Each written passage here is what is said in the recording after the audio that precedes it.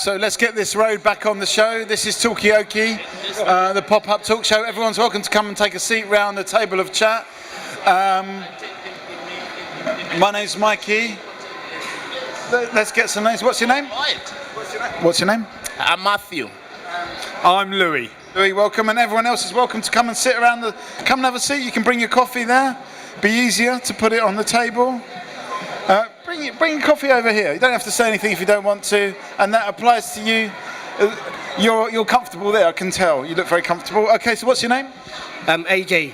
AJ, we got what's it again? Matthew. Matthew and I've not forgotten it once. Matthew's got the winning lottery numbers for this week, by the way, but he's being a bit close-chest about them. I would also come and have a seat on the table of chat. I would, if I had the winning lottery numbers, I would keep hold of them as well, because otherwise you only end up sharing them with like 10 other people.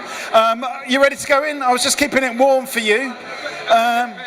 Okay, so there's your headset mic over there. Get that on. Come and have a seat. This is a Black History Month. This is what brings us down here. Come and have a seat. 2 minutes. Give us 2 minutes. We have got AJ. We have got Matthew. We've got Louis.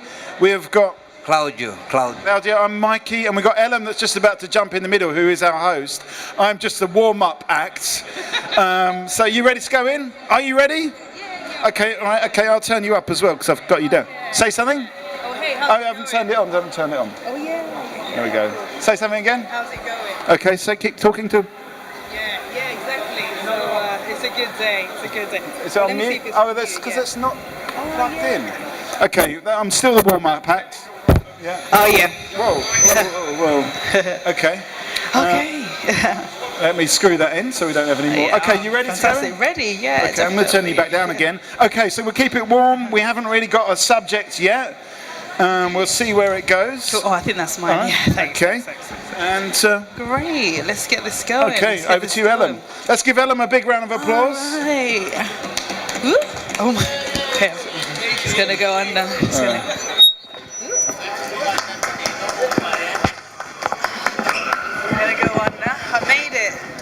I made it. Okay, well done. Great. Fantastic. Great. Yeah, so let's get another round of names actually. What's your name? My name's Mikey. Mikey. Claudio. Aldi. Louis. Matthew. AJ, I'm Ella, this is Talkaoke. It's a pop-up talk show, and yeah, you can talk about absolutely anything. We've been talking about a wide range of subjects today, some really interesting stuff, all about history and, so many great things today. Yeah, yeah, so many really great things today. So, it just all depends on where we want to take the conversation, You could start with anyone. Cloud. Okay. Where are you working, by the way? Me, I work in Northwest. North Face. Okay. Oh, okay. The clothing London. shop. Yeah. Northwest London? Yeah. Oh, you work in Northwest London, right? Okay. Same North Face, Yeah, Northwest. exactly. So Yeah, similar. Yeah, that's such a journey. What? Come and join us. Come and grab a seat. Yeah. Yeah, so basically, we're here today with Black History Month, but we've been talking a lot about like the history of just the area and just London. Well, if I can throw something in, because a lot of the chat today has been about the rising prices of things, and without the wages rising, I'm just going to turn myself down a touch. Can we cut the rising prices of things, and then. Somebody said, well, what has that got to do with Black history? Yeah. And then somebody else said, which I think is a good point, what about, there's something like the civil rights movement? Yeah. Do we know, if we don't know our history, we don't know that we can actually fight these things, we can actually change these things if we don't know history. Yeah. So I think that might be a good point. If no one else is going to jump in and say something, maybe we can continue from that one. Yeah, history can be a great way to inspire us and motivate us to sort of, make changes today and do things today as well. Do you think it's important to know your history? Well, come and join us. Tell us why. Give us 2 minutes of your time. But yeah, it can really help to, inspire us for what we're going to do today. What about you? Is there anything from your history that has inspired you, or do you think it's important to know your history or know anything about your past? Yeah, well, as we could see, learning your history is compulsory for every race. Yeah. I don't like to say race because we're not in no game or no thing like that. Yeah. But knowing your history is significant. Yeah. For development of your country and your family and on all these things. Yeah. Yeah. We got a new face at the table. What's your name? Hello. Fresco. Yeah. Okay then. You've joined us at a really good point in the conversation. We're talking about. 1 second. Yeah. So this is Talkaoke. It's a pop-up talk show. Oh yeah. And you can talk about anything. Is that yours? Yeah. What is that? It's my stuff from the market. Oh, do you sell in the market? Yeah. What do you sell?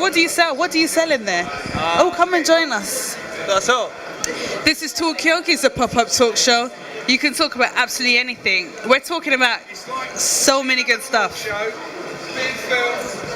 Yeah. Boom, boom, boom. What's your name? Let me grab your name. We're going out live on the web. What's your name? My name's Jordan. Jordan. Shannon. Shannon, are you guys from the area? No. And what's your name? Jimmy. Jimmy. John. John. We got Mikey. We got Claudio. Louis. That's mad. Fresco. Matthew. So I'm Elam. This is Talkaoke. It's a pop-up talk show. As I said, you joined us at a really important and lively part of the conversation. We're talking a lot about, how history can really inspire you to sort of in your daily lives today, Yeah, I think it's very important to know about your history. Yeah. Why is that then? History, where you just came from. Yeah. Everything is start from the beginning. Yeah. And we need to understand that without the beginning, there are no end. There's no end. So one thing we need to know, we are one. Yeah. Doesn't matter where you you're are, from black or white, we are one. Yeah. So let's look up and see just as one and forget about We're race. one. Forget about race, yeah. So whereabouts are you from in London then? No, from Essex. Oh, you're from Essex. Okay. Oh, thank you very much. And how did you find out about what are you doing down here today? Just shopping. Just shopping. Okay, cool. Is that the main attraction for Stratford? Shopping? Is there anything else to do in this area? I don't really know. You don't really know? Swimming. Swimming? You can swim in this area? Yeah, let's go. Yes, I come from this area. The question you're asking about history, you cannot know where you are going if you do not know where you are from. Even Bob Marley said so. Yeah. So you first could of not all, know where you are from, and then you can know where you are going. And another thing why history is important is people always talk about experience. Yeah. Experience is how many mistakes you've been making in life. Because you're gonna say, I'm experienced, because you've been repeating the same mistake and you think you are knowing it. Yeah. So know it from the past and then improve it and make better for the future. So it's quite important to make mistakes, because then you learn from that, and Making a mistake is not a mistake, but forward. repeating the same mistake is a mistake. making the same mistakes is a mistake, you know. But how do you stop yourself from making the same mistake? So, yeah. what was the question?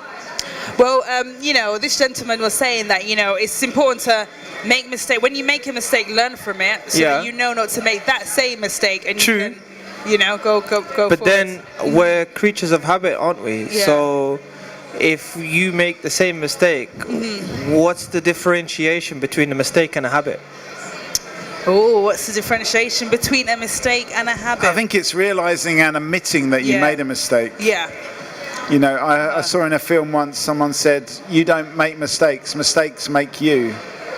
So it's not. I sort of agree that it's important to make mistakes, but it's how you learn from those mistakes. So sometimes it's also how you might look at things, so your perspective. Yeah, like everyone messes up all the time. Yeah. Like I know this story once. of like someone that came to work with us, and they were supposed to bring the camera, but they forgot the camera. Right. And so let's go all the way back and get the camera. That. But God, that's such a mess. you know, the thing is, they actually learn from that mistake, and they've not since forgotten an awful story. anything like that again. So it's actually better so true. that they made a mistake in a way. Wow. But then, in doing that, there are certain mistakes that people do, and like for example, people might make mistakes like in everyday life. People might make mistakes that could get them into trouble.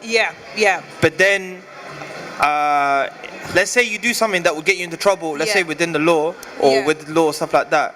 The person that's you're being held accounted by, he's not gonna see it as you made a mistake. He's gonna be like, okay, yeah, you made a mistake. These were your circumstances, X, Y, and Z. But it's a mistake that has affected. There's a consequence. I mean, obviously, even small mistakes have consequences. Because if you make small mistakes in your life, that will ripple out. It's like a ripple effect. I totally hear that. Let me grab your point on this side. I just want to catch up on the point you were saying about making mistakes. Making mistakes is just like growing in life. When a child is born, you go through a number of phases. That's why, as you go through those phases, before you go, you will be making mistakes and improving onto them. But here comes the point. Some people who never made their mistakes. A final thought before you go. Excuse me, can I just finish the point? Okay.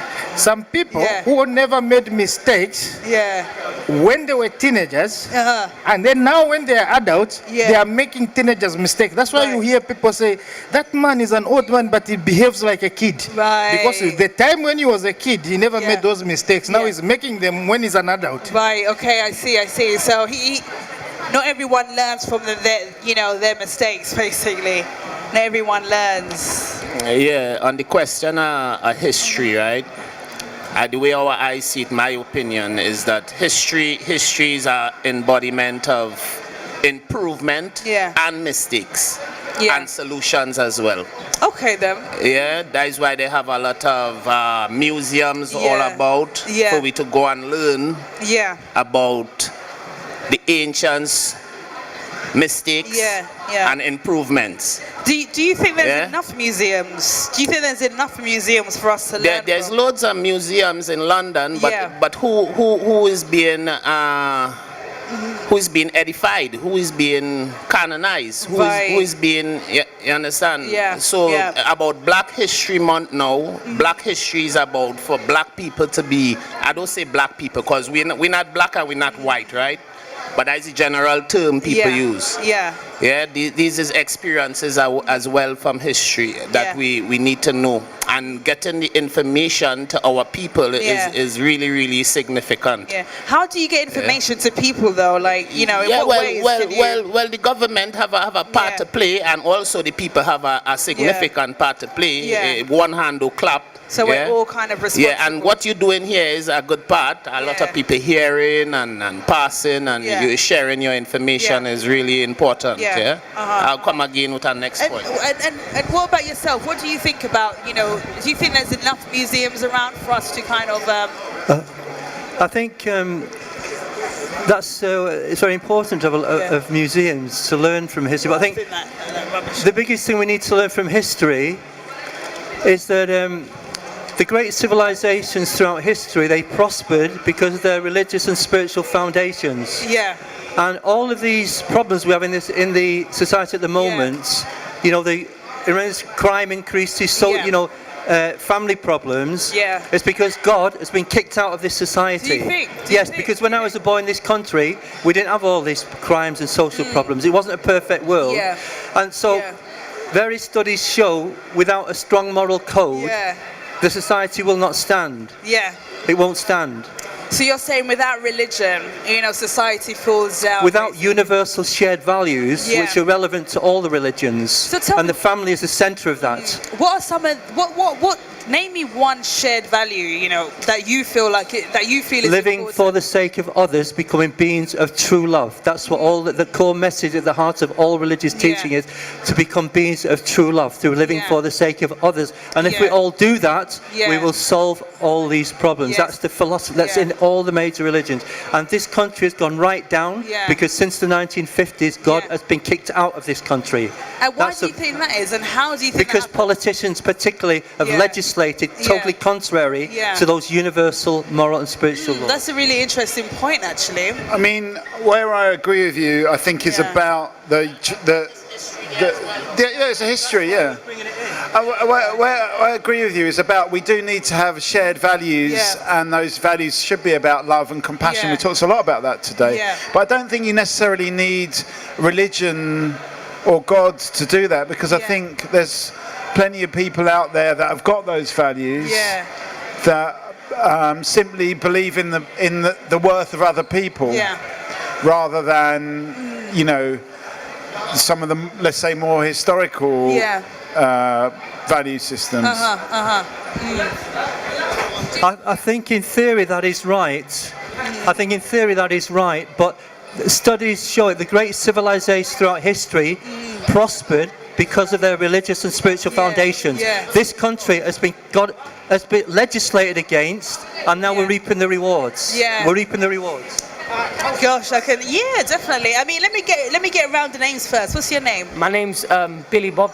Billy Bob? No, it isn't. His name's Bobby. Bobby. My name's Jimmy. Jimmy. And my name's Bella. Bella. Matthew again. Matthew. Jimmy. Jimmy. John. John. Mikey. Mikey. And this is Talkaoke. We got Ruby on camera, and we got Rick doing the graphics, the design. I mean, I recognise some of your faces. I know that quite a few of you have been around the table before. So, tell me, what have you been seeing? What have you been doing? What have you been getting up to? You know. Can I hold the mic? All right. So I've been up to a lot of stuff recently. What about today? I got kicked out of a cinema today. What film was you going to see? Johnny English. Is that at the cinemas now? Yes, it's in Picture House. Oh, it doesn't really sound like a very good film. Yeah, it was very terrible. Right. Luckily, we got our money back. So you got kicked out, but you got your money back? Because we got kicked out for having phones in the cinema, which is quite idiotic. I do not rate Picture House Stratford. Right. So they are fake. Right. Okay. Interesting. Can I pursue my? You can. So yeah, were you in the cinema as well? Yeah, I was in the cinema. But I want to say what I think of if we should believe in God or not. Okay. Well, talk to us about it. Tell us. All right. So you know, first off, I want to start by saying there's many different cultures. Yeah, like Thank you. There's many different backgrounds, and there's many different sort of like there's Muslim, Christianity, Catholic, and all them. But I think everyone should be able to believe in God how they should believe in God. How they see it. Yeah. I mean, what I think. Oh, he's gone. But what Billy was saying is, John was saying is that, you know, he feels that since the 1950s, religion has sort of disappeared from As a matter of fact, the UK, you know. I am studying on this sort of history in my school. Yeah. So I think about religion. Yeah. So like during King Henry VIII's time, there was a lot of change between Catholic and Protestant. Right. And they had to be their own one. But I think it's better nowadays that you can be your own religion. So it's not just two religions. Yeah. You can be whichever religion. So there's a bit more choice, you know. But do you think that there's less religion now than there was, you know, before? I mean, since you've been studying history, do you think there's less religion now? People don't believe in God as much, you know? Yeah, I think there is, because there's a lot more religions now, and there's a lot more different backgrounds to the story. So everyone thinks differently of how God is real. Yeah. We got a new face at the table. What's your name? I'm just going to get this new name. My name's Kyan. Kyan. And what do you've caught us at a really sort of powerful moment in the conversation. We're talking about a bit about religion. Someone around the table mentioned that, you know, the fact that people don't believe in God anymore is the reason why, you know, there's no sort of love and, you know, there's not that common aim amongst people, and that's why people are less friendly to each other. What do you think? I think that there are most people like around Stratford trying to tell other people that like God is the way and stuff like that. And the thing is that because most people don't really care about God or the religion of Christianity, they think that the people around Stratford are just talking nonsense when they're actually talking the truth. Because most people are turning to the wrong direction instead of listening to the people that are talking. Right. So yeah, people look at those people talking on those microphones. Not this one, as lunatics. Yeah. The question of religion. Every religion teaches about love, but every religion believes in one God. And I'll tell you, God is the most democratic person in the universe. He tells you, you can come to me through any other vehicle. I am a Christian. I go to God through Jesus Christ. The Muslims, they go to Allah, who is still God, through Muhammad. Yeah. So I haven't finished. So what I'm saying is, God is one. He tells us to choose which vehicle you want to come to him. That's why the question of Protestants and Catholics, they are fighting, but they are all Christians. Muslims, the Sunnis, the Shiites, they are Muslims, but they are fighting.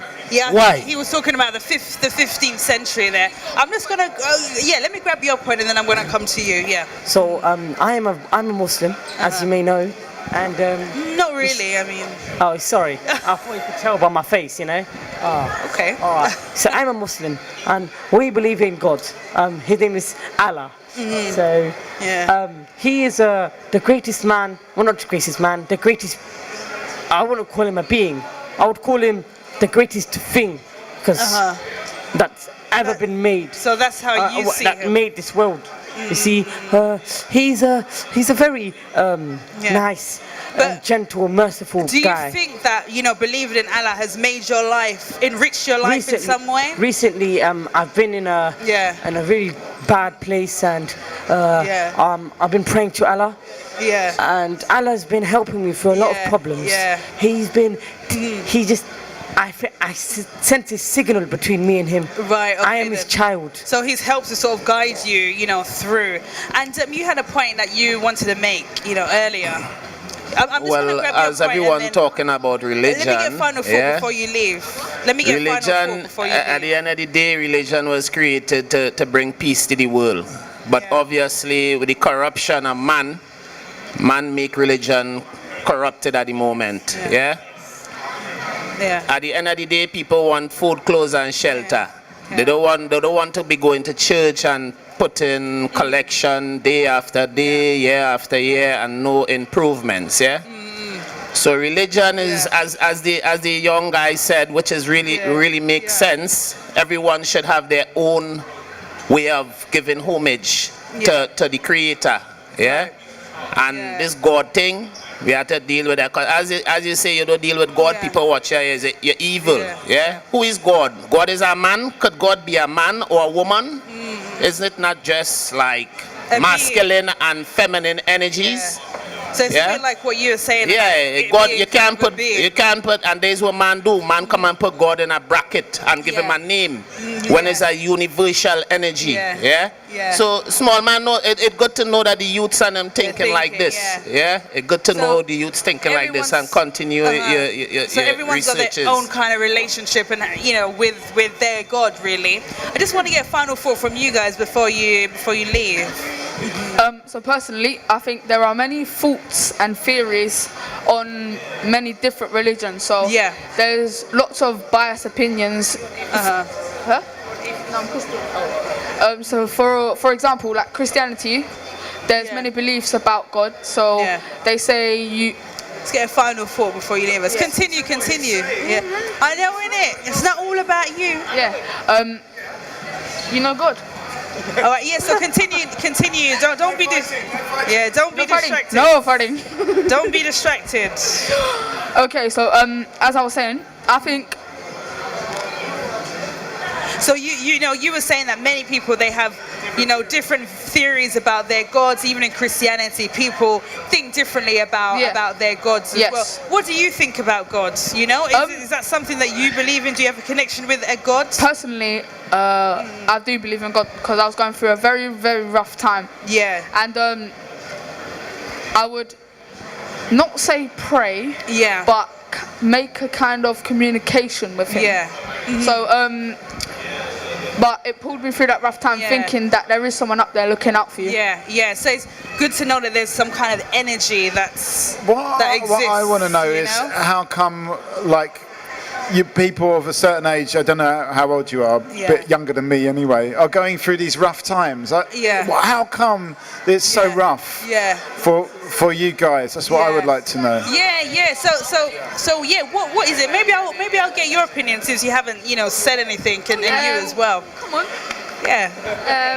I think that people nowadays, because there's like so many religions, people should respect like their religions. Yeah. And But following on from what Mikey said about why is it that all of these young people, because there's been quite a few young people around the table that's spoken about their rough lives. Then let me find out what she's got to say. I think the rough times are due to the rough times are due to the fact of the society nowadays. There's too much youth crime, knife crime, gun crime, all of that crime. Yeah.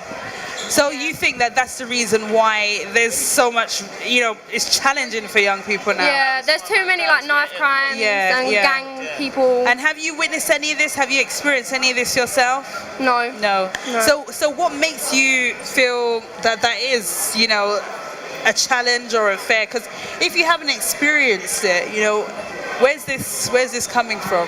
Yeah. Because like there's a lot of people like on the streets with like their hoods up and people like scared to come out of their houses because of it. And, like, it's getting quite bad. Yeah.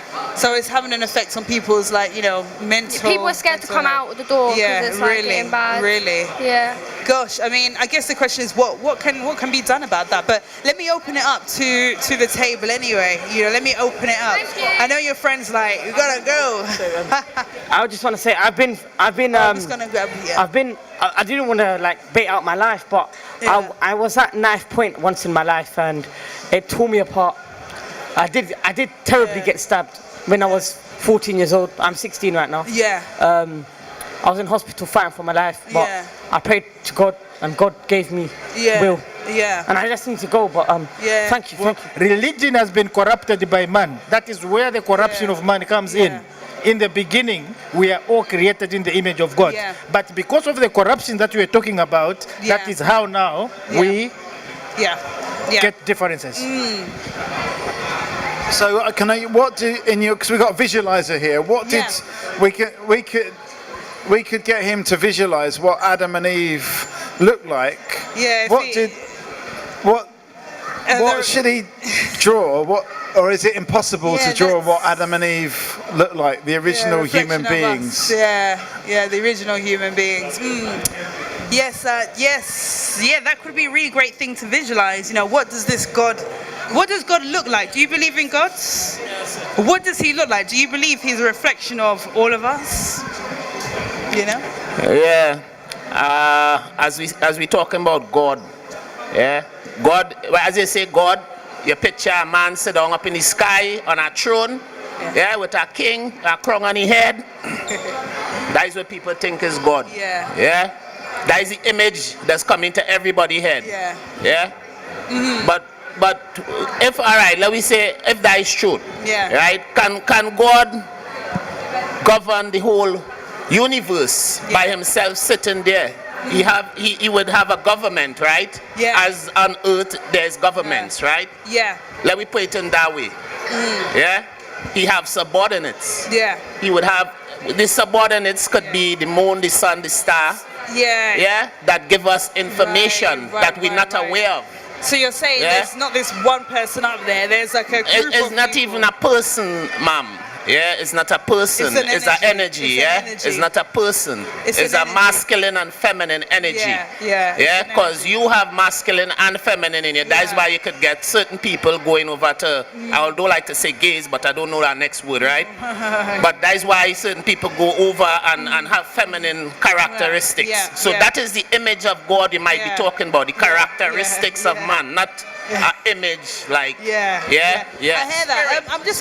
I'm just gonna open it up to other people. I mean, we're talking about this, God. What is God? Is it a person or is it an energy? What is it? Come and join us. Come and grab a seat. You can eat on the table as well. I know some of you have some opinions, before you go to church tomorrow. No, I just want to link it up to this Black History Month because, as Matthew was saying, the image of God in the European tradition, because we've got the paintings, they obviously looked in the mirror and they painted a picture of a white guy with a white beard. That's what they kind of knew in a way, but it's a very kind of it's a nuance. Yeah, it's a Eurocentric. That's a good word for it. Eurocentric view of. But how does that affect? Does that affect history? Linking it back to the Black history, does it actually affect how people view God and view society in a way? Because if God is, a different race, then this question of what God is so philosophical. Yeah. If we're gonna, it is about belief, nothing else, and that's what I'm saying, beyond belief, because there are people who can tell you to say, okay, where was God before he created the universe? Yeah. That becomes so complicated. There are people who say that I'm an ethics, I don't believe in God. But the same people, when they get into trouble or something happens, you hear them say, oh my God. It's a saying now. So it means that God exists.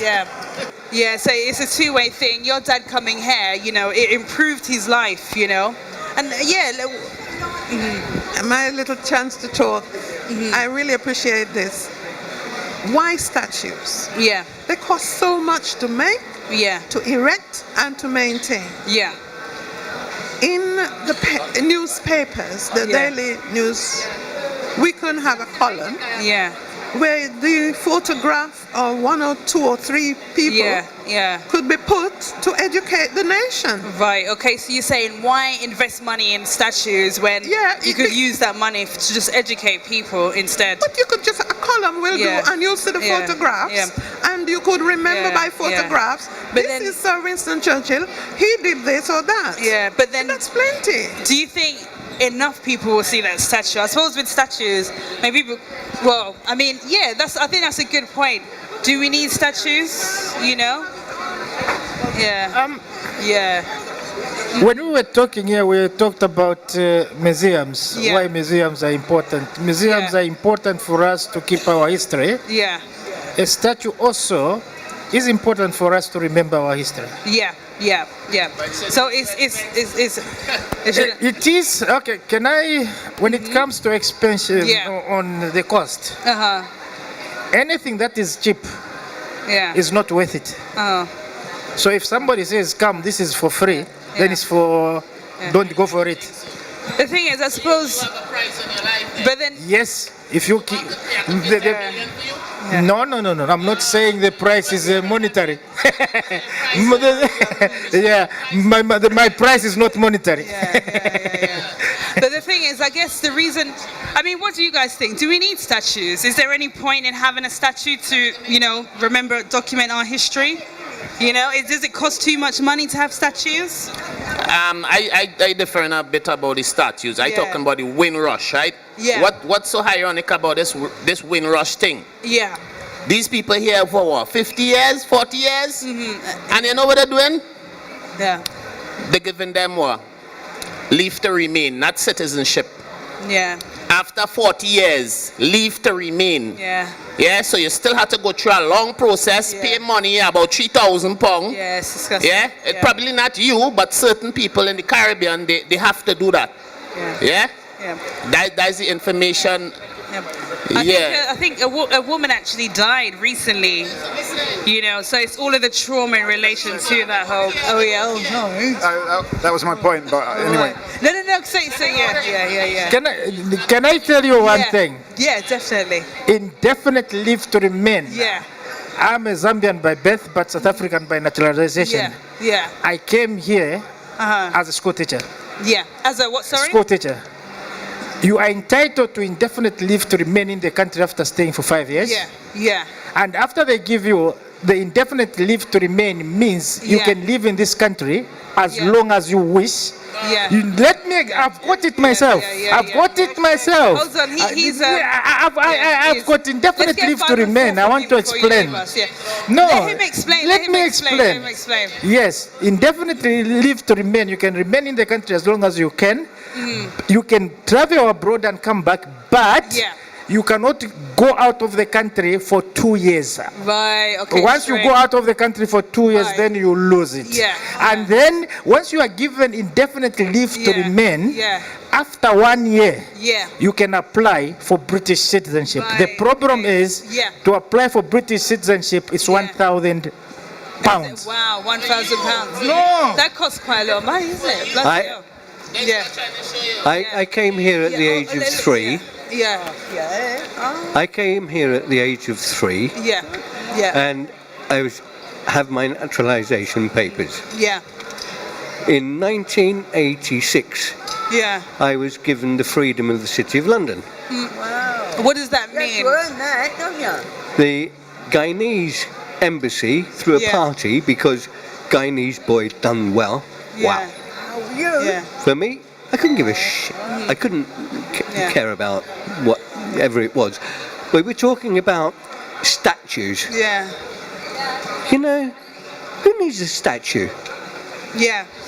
Who really wants to look at some effigy? Who needs a statue? We've got a new face at the table. What's your name? Mark. Come and grab a seat. We're talking about statues. Why do we need statues? I mean, a whole range I'm not of such topics. a statues person, but my issue with it is when you've got people that have worked as a nurse for their whole life and then they're getting deported.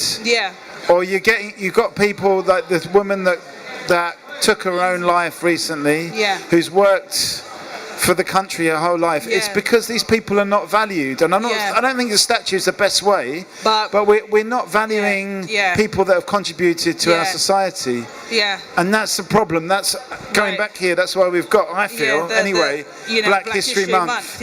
Because we're not valuing the people. I think that's actually a good sort of conversation. Are we valuing the people who contributed to our society? What's your name? Hi, my name is Will. Following on from that, I've just graduated from university, and there's a whole course there dedicated to international students. It's a BA Acting International course, which in a way is ridiculous because people coming from other countries, I think, should just be on the acting course as it is and not be segregating them. What is the name of the course? It's the BA Acting International course. Right, so... Whereas I was on the BA Acting course. So what's the difference between the international acting course and do you learn about international... You learn about exactly the same things, but they just segregate you. And I can remember the day that the result came out for Brexit.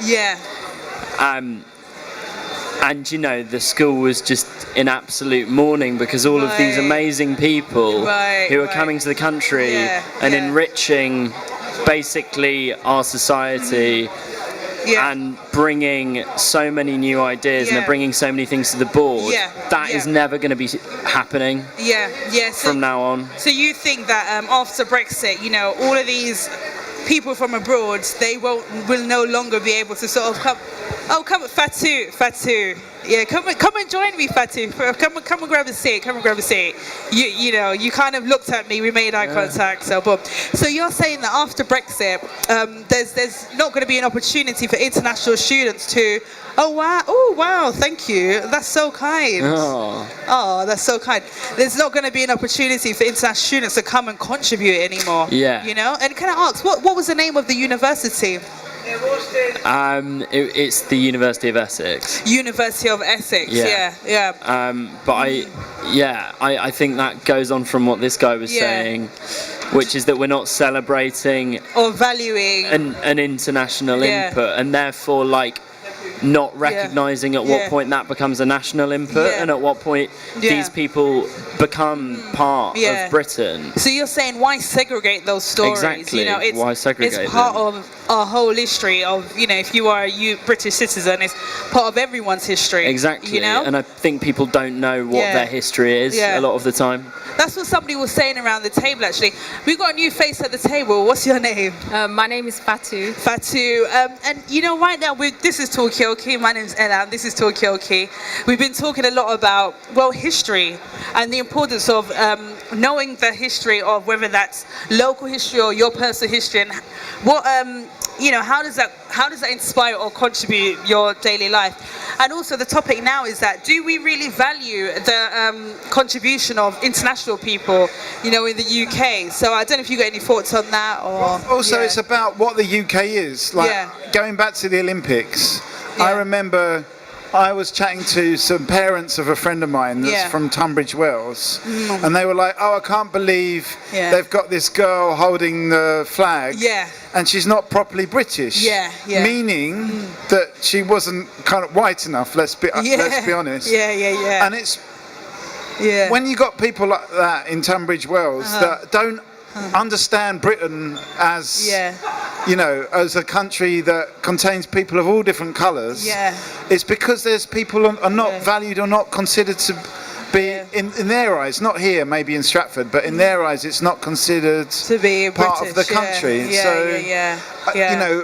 That's, I guess, the point. So why you need a statue for people from the Windrush generation. That's a really interesting point. How I want to grab your point, actually. I just clarifying the Windrush, right? The laws in your time have changed drastically. Right. Okay. Yeah. The laws have changed drastically. People from the Caribbean could have come here and have a marriage. Yeah. We can't do that no longer. We got to go back home, married, pay money there, wait, and then come to London, right? So this whole that is a change. Really want to get into that law too much, but.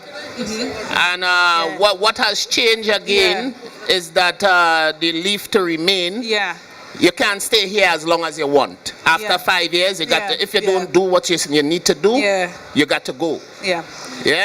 After 5 years. But what I was trying to say is that people of the Windrush was in this country for 40 years. Well, I think longer. And they still had to come and give them citizenship. Don't give them leave to remain. And then do a next test for 2,000 and 3,000. It's not 1,000, it's 3,000 for the test at the moment. So I mean, because I am in the process of getting my citizenship at the moment, and I have you also leave to remain, right? So I'm not telling you something while here from the street. Let's listen to what he got to say. But but also I don't really want to get into the sort of legal side of the leave to remain. But what I want to say is that I suppose that this whole issue is the fact that we're not valuing. Let me just tell you where I can get the information. Our MP Lynn Brown fought very hard on this issue. Some of us campaigned with her. If you go to Lynn Brown's website on Facebook, just type Lynn Brown on Facebook. He has when he presented the issue into Parliament on 3 occasions, a very long history there. It's Lynn Brown who actually won the war for these people. It's there, and some of us, we were with Lynn Brown, and if you go on Facebook of Lynn Brown, you will find the things that I'm talking about. But what I would say is that perhaps laws, how depending on what country you come from, there's going to be different legal things surrounding it. So that's what I'll say on that point. But but I think what you were saying about the Windrush people and how 2 seconds. If you really, really want your British citizenship, just tell them you're Polish. You'll get it. You'll get it tomorrow. Right. But stay a bit longer. I want to find out what film you saw at the library. But But yeah, I mean, where do we want to go with this conversation? I thought with the point you were making, that the point you're making about the fact that, those Caribbean people, they've been here for so long, yet they're still, even though when they came they were British citizens, I think, but maybe citizenship is something that can actually be taken away from you, and you still have to kind of fight for it. That was part of the Grenville Tower. Remember there was nothing done about that, was there? Yeah, yes. I mean, one of the things that I think we should be learning... Hold on, let's listen to what... I'm going to grab your point in a sec. One of the things I think we should be learning from history is the British government's policy of divide and rule. And we see it here today on this table, where suddenly, in order to suppress the Caribbeans, well, let's blame the Polish. In order to suppress the Polish, we blame somebody else, and we keep going on with this. And I think, it's once again the same issue of divide and rule that we are not learning from. So in a way, and it's the same in Ireland as well. Divide and rule. Yeah. So you're Irish, but what do you think about what Mikey was saying about the fact that oftentimes we sort of so I forgot your name, but okay, I don't think that's, but I think that's quite an interesting point. Oftentimes we kind of blame each other, that it's the Polish people, it's the Jewish people, it's that people, rather than, looking at, the government. They're the ones who are kind of, putting these policies in place. So why is it that we blame each other? I don't even want to blame the government. I think it's more like the forces that control the government, rather than the government itself, like the press. Like you've got the Daily Mail. The Daily Mail consistently saying bad stuff about this immigrant group, and then that immigrant group, and then the other one. So are you saying that the media outlets, they're the ones who kind of control? They're just trying to stir up negativity between different groups. So the media. That is a very good point. Because I look at it as 1% against 99%. So who's the 1% and who's the 99%? The 1%, as you say, it don't have to necessarily be the government, but most members of the government have hereditary from, receive money from hereditary slave owners.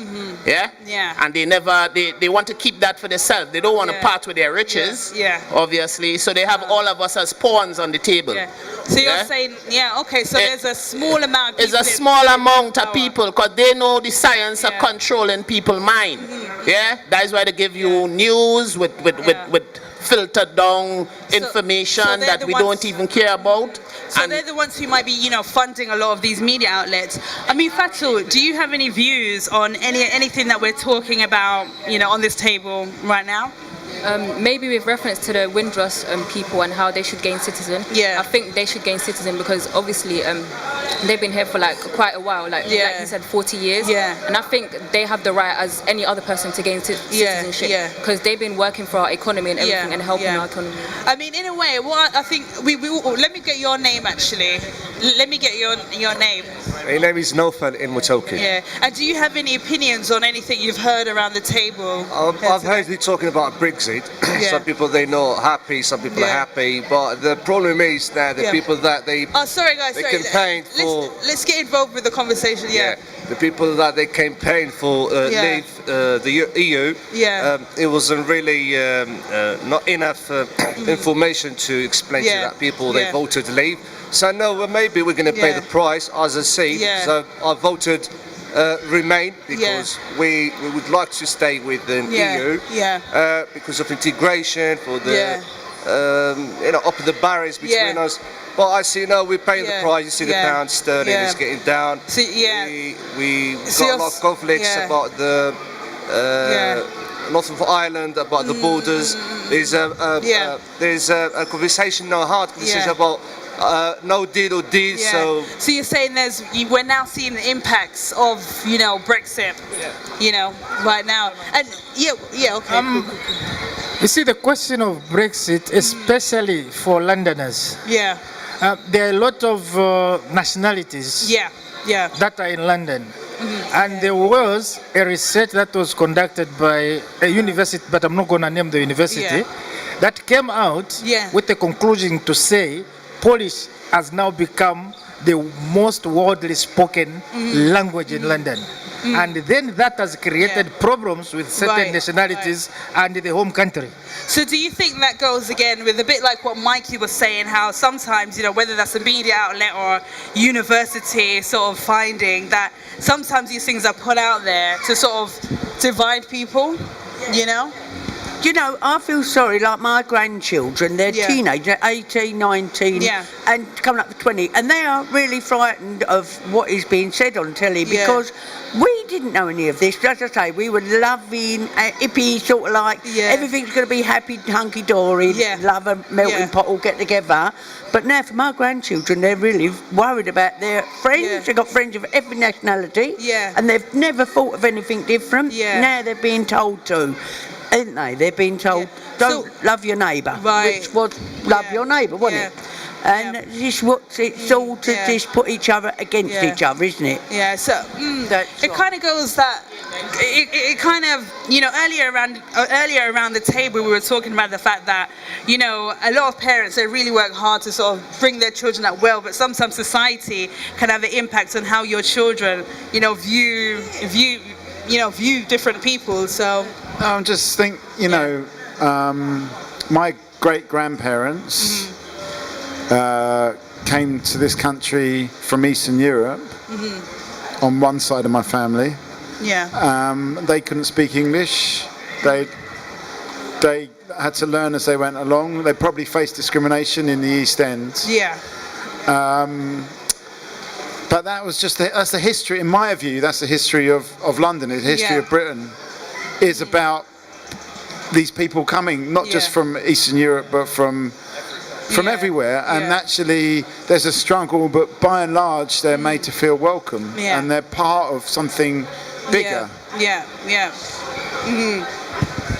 You were agreeing with and I think Mikey's that's point changing now for the first time. Well, probably not for the first time, but for the first time in a while.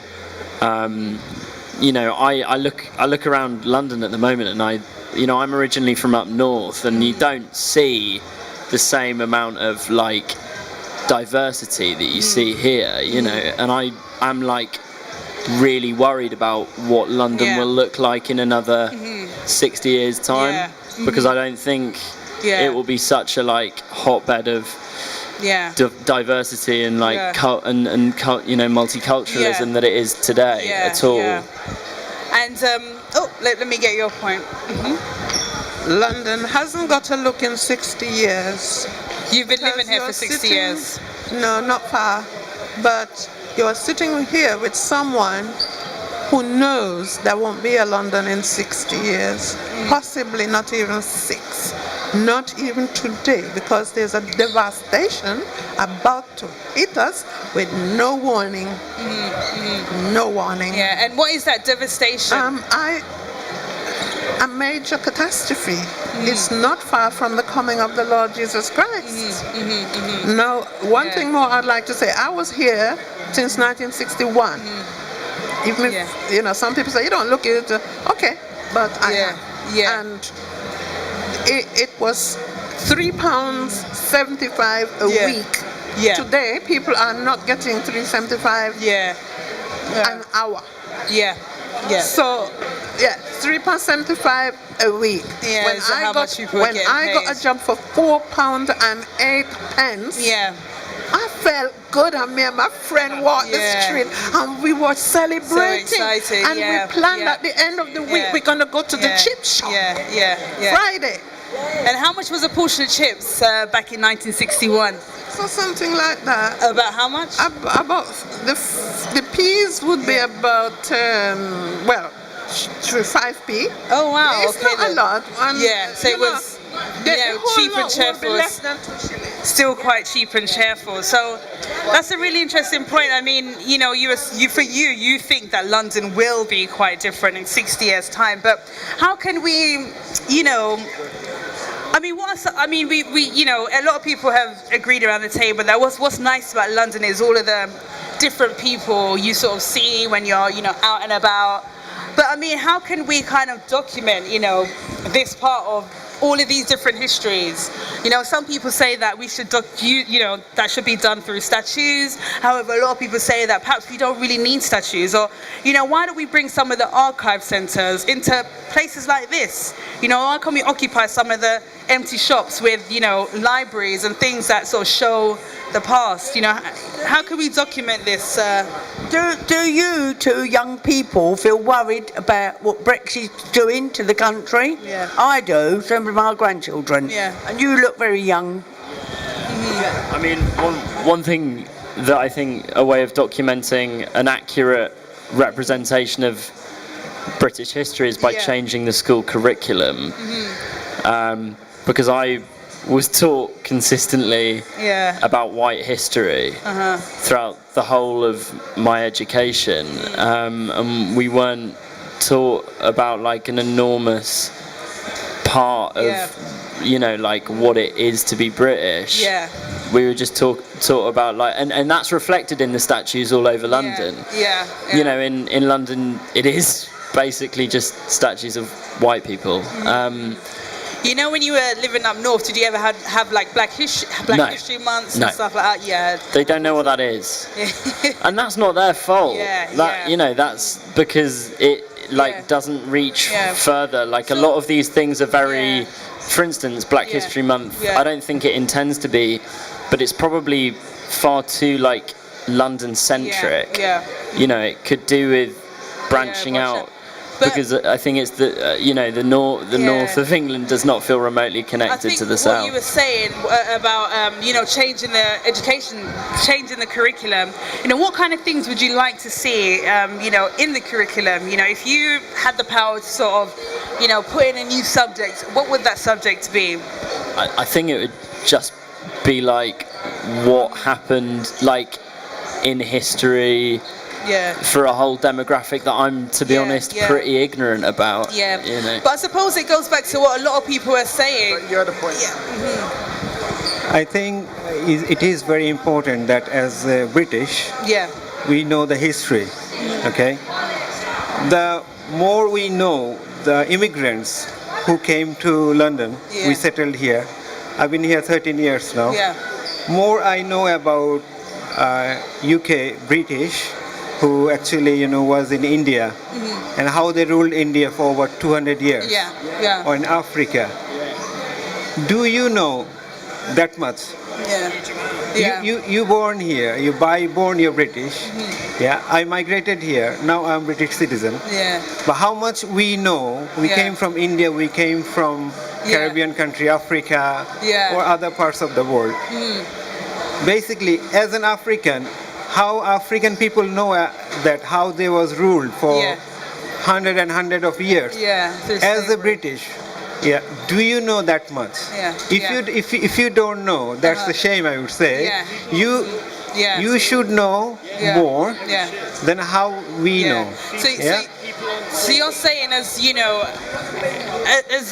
a lot of other countries like the Caribbean and Africa and India, they know more about a British history than perhaps. Let me grab your point on this side. Let me grab your point. I'll be quick on issues of statues. To me, statues are important. It's a way of preserving the history. And there's no monetary value to it. And a good example why it is important. For example, you see some statues in Syria, they were being destroyed. I'm just going to grab your that one. And that one. Those statues that were being destroyed in Syria, they are destroying history. There's now a charity organization that is actually going there to try and reinstall those things. So the question of monetary definitely with the statues is a way to preserve our history, just like we preserve our history in museums. Let me get a final thought from you before you leave us. Just about anything you've kind of heard today, or overall, I just think that everyone should have like an equal right to have citizenship. And I also think that with reference to the curriculum, they should also educate people about Black history, especially people from up north, because they're ignorant, but it's not their fault. So I think that they deserve to know about what Black History Month is. I mean, what I find really interesting is that, you know, is Indian history and Caribbean history and African history, is that not a part of British history as well, you know? I think it really is, but I think just going back to this idea of the curriculum, what I'd like to see is people just going back and actually getting the history of their grandparents, their great-grandparents and great-grandparents and bringing it into school. I mean, that might work better in a big city like London where you've got so many different histories. Then people get to find out, you know, all the different angles of history, because history is not just one story. It's like so many different stories. I mean, I could bore you for the next half an hour telling you all of my family, but I'm not going to do that. So you're saying like grandparents should pass down that oral history? There should be a project where you say, this is a history of my grandparents. And you bring it into school. You know, let me grab your point, because I haven't heard from you in a while. Then I'll go to you, and then go to you. On the point history again and curriculums. Thank you. I personally, as we're talking about history and curriculums, about like more or less for African people, right, which they are the most under the food chain at the moment. So why is there no African cultures teaching in school, or even languages? Language, just the language alone. You could get what? Spanish, you could get Chinese, you could get Russian, you could get even in Africa. I mean, that's... So that is one thing for us to look at and see why are they trying to keep down these things? Why they don't want people to be informed? I suppose the question of learning a language, it comes from, you know, there's a number of reasons why Spanish and French and those kind of things are spoken, and Chinese. But I know that you said you had your final thought, so, you know, thank you for joining me anyway. So yeah, really great to see you again. Thank you. Grab your point. Just like you said, the problem with you know, people coming in and talking about their family's history in places like where I grew up is that it would all be a very similar story. And that's why I think that in the national curriculum there should be an addition of like British African history, British Asian history, like basically just like the, you know, whoever it is who writes these curriculums, probably the government, whoever it is though, I'm not very well informed on that, but basically it's just actually facing up to like the darker side of the Commonwealth, and like the fact that not all of it was rosy. The British government did some pretty horrific things, you know. And I think it's just telling those stories as well as the positive stories as well. So you're saying there needs to be like a 360-degree, you know, view of history. You know, it's not just. I am ever so surprised to hear that it's still so different up north. I just assumed the whole country was exactly the same as London. There you go. Ignorant, can you say I am? Surprising, isn't it? So it's quite a quick one on the history. The question of history, people, let's look at this. There, I think, is it 4 types of history? There's oral tradition history, which is the one that we are talking of, passing from one generation to the other. There's general survey of African or European or Caribbean history. There's also evolution of history. So these are different types of histories. And again, the other point that we must look at, the authors of books that write history have a biasness. Right. So sometimes, they can. Sometimes. So when you are looking at history and reading a book about history, find out the philosophy of the author. The authenticity of the author. And what biasness has the author got. When you're reading. One thing I want to say that maybe, you know, the government, they don't want that we know the history. Maybe we could talk about it. Because if the truth comes out, it's a big problem will happen. People would be really angry. Because basically who is in power, and the British people, I don't see the same way, because the people here are really good-hearted, if any problem happens anywhere, they immediately respond.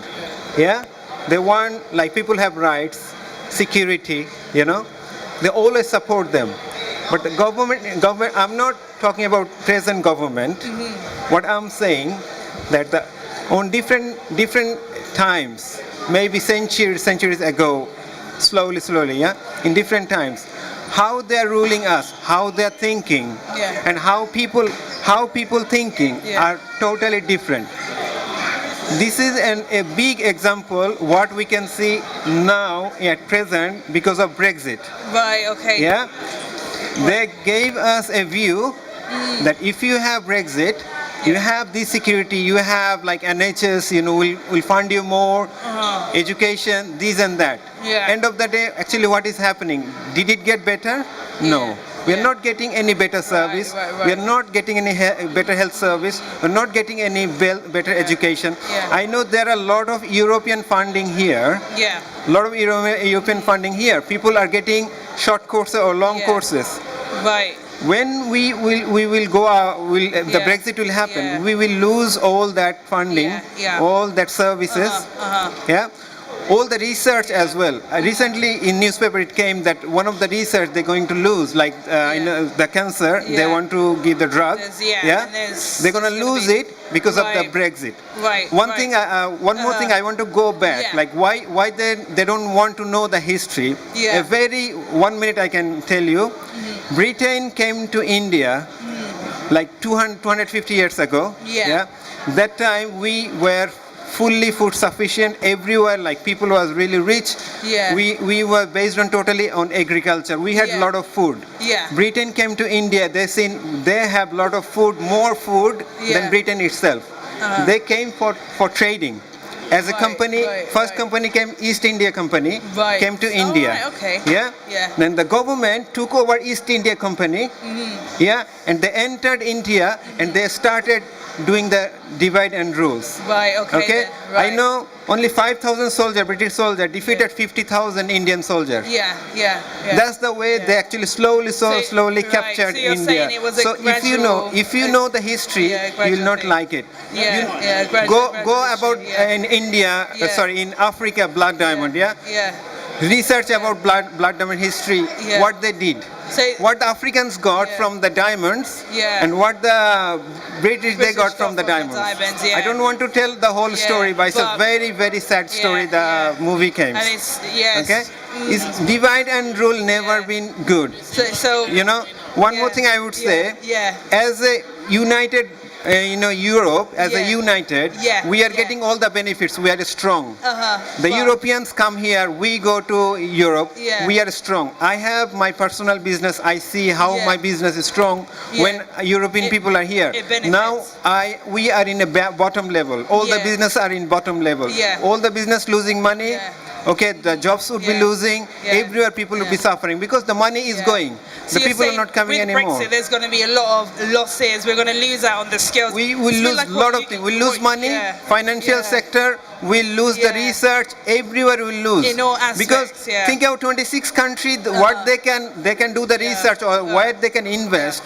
One country cannot defeat 26 people. It's a bit like what you were saying at your university, where a lot of those international students, they're no longer going to be able to sort of come and contribute to the society. And what's your name?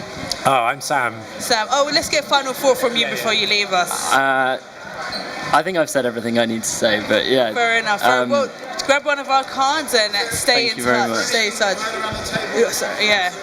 Yeah. I mean, I've agreed with pretty much everything. I concur with that. Like, it's a sad story, but it's something that people need to universally know about. And I think that would contribute to a lot more love and understanding among Britain as a whole for that story, which needs to be told.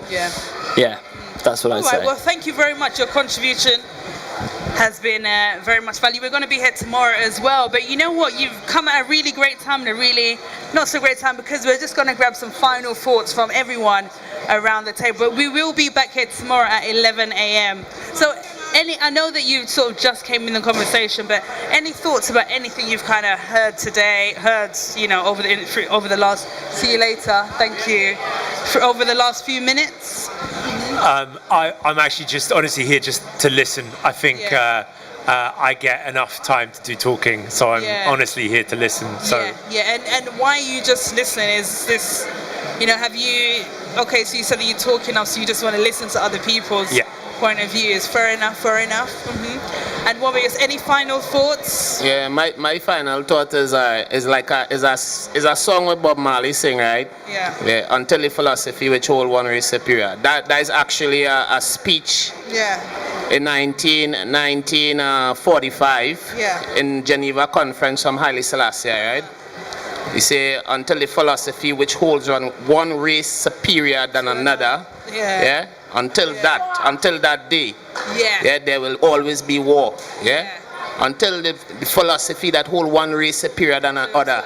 There will always be war. I'm trying to remember the next part, and basic human rights should be equally guaranteed to all without regard to race, until that day, until the color of a man's skin is of no more significance than the color of his eyes. That is very important. Exactly. So I think all the solutions are already there, but we are being distracted so much by media and entertainment and even some of our wives at home and our husbands at home we are being distracted by. So it's just about focus. We've been getting information in your head. Something that be talking to you. Waiting that be talking to you in your head. It are two voice. So listen to the voices. Distractions. Too much distraction. Man. Any final thoughts? Indeed. The first and the last. Thank you very much. Thank you. The first and the last is a final thought. The one who has given us life is the beginning and will be the end. He is the ultimate heritage of every person, whether they are black, white, or blue. And without him, there is no peace in the nations. Without him, no peace. That's my final thought. Thank you very much. You've got a lot of storage on that phone, right? All right, okay. You do. Well, my last, what I'm going to say, I really appreciate for this initiative.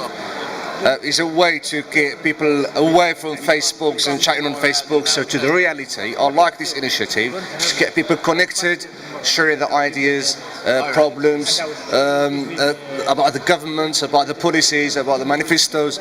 So for me, I think a deep mistake that has been made in this century is the Brexit. In my opinion, it wasn't the right time to get a Brexit. And now I see Labour Party playing the game to try to get a power and then to get another referendum, and they tried to change the policy lately, the last conference in Liverpool, and so it's a big challenge. We're going to pay the price. You think we're going to pay the price? We're going to pay the price. Great. Thank you very much for and where is this being? Where is your live video Live is Refland Diaspora. We are 7 million people abroad. We are from north of Morocco. So I can see there's 15 people watching right now. That's great. We're international right now. And any final thoughts from yourself? My final thought is I can't remember his name. What this gentleman was talking about. He was talking about the partition of India. In short, the partition of India is when the British gave independence to Pakistan and India and Bangladesh. I think it was in 1947. Pakistan got independent today, and the other country got independent the following day. Right. The question of Kashmir is the problem that we are having. Both Pakistan and India are fighting for that Kashmir. Right. Bangladesh itself, there were good traders who brought a lot of spices to this country, and I want to tell you to say, the first Asian or black MP in this country was from Bangladesh. Interesting. Well, that's a really great part of our history. That's a great thing to know. Any final thoughts from yourself? The final thoughts of mine is, I say, this Brexit is tearing us apart. That's what it was all for, isn't it? We were all getting on. My grandchildren was friends with all their school friends, and they still are, thank God. And they're worried they're worried because what the big people in charge are trying to do to us, everyday people. And so that's my final point. It's a worrying world now. This Brexit is horrible news. All we're hearing is horrible news. Terrible. So not so positive. But I mean, one of the problems about history is there's so much of it to know that we can't possibly store it all in our heads. And I think this is the big problem, really, because it hurts your head when you suddenly start thinking about all the things that this country has done, all the different people. It's just like too much information. Like going on the history of India, it's absolutely really crucial to know these things. But what about if you don't know it? And I think in a way it should be more easy to discover these histories as you go along, because you can't possibly know it from the beginning, if that makes sense. It's kind of like, I think it's okay for people not to know the history, but for the history to be out there for people to discover, if that makes sense.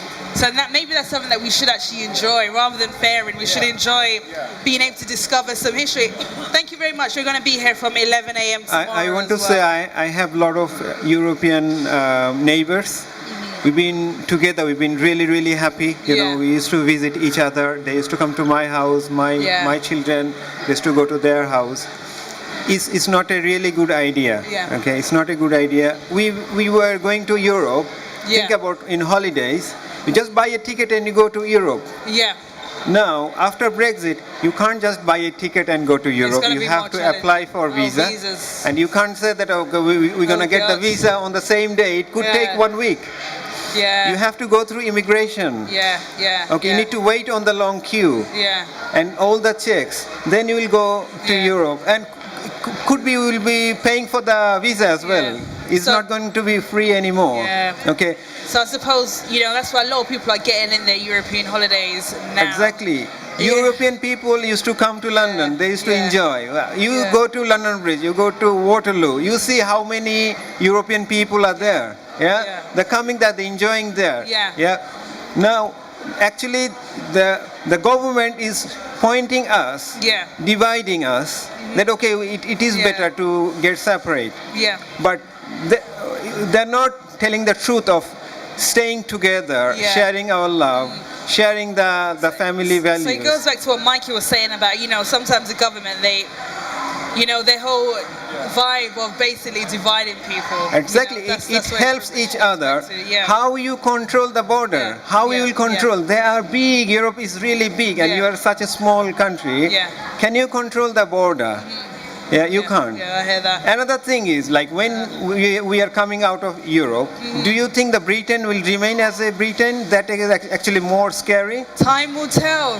You never know. That maybe Scotland will say that no, I want to stay with Britain. Maybe Northern Ireland will have a different view, and it will start breaking us. That is more scary for us. I suppose in a way it's up to us as the people to really form, Brexit in the way that, we want to see it, basically, Any final thoughts from, Ruby on the camera?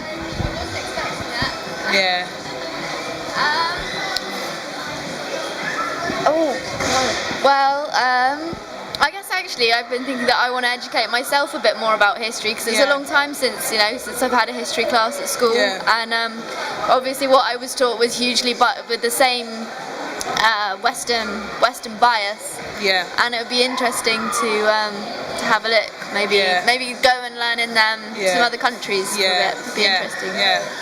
That's cool. All right, well, thank you very much, everyone, for coming today. As I said, that we will be here at the same time from 11 a.m. tomorrow, so, come back. Oh, yeah, don't forget to take one of these. If you live in the area, head to one of the events. I look forward to seeing you again, definitely. And take one of our cards as well. Oh, I have actually, yeah. Oh, wow, thank you. I'm a lot nicer. Wow, thank you very much. I feel your ear. Yeah, oh, yeah. I thought, oh, hang on, it might be your earring. Thank you, I appreciate it. And thank you very much for coming as well. Your contribution was definitely very, very valued.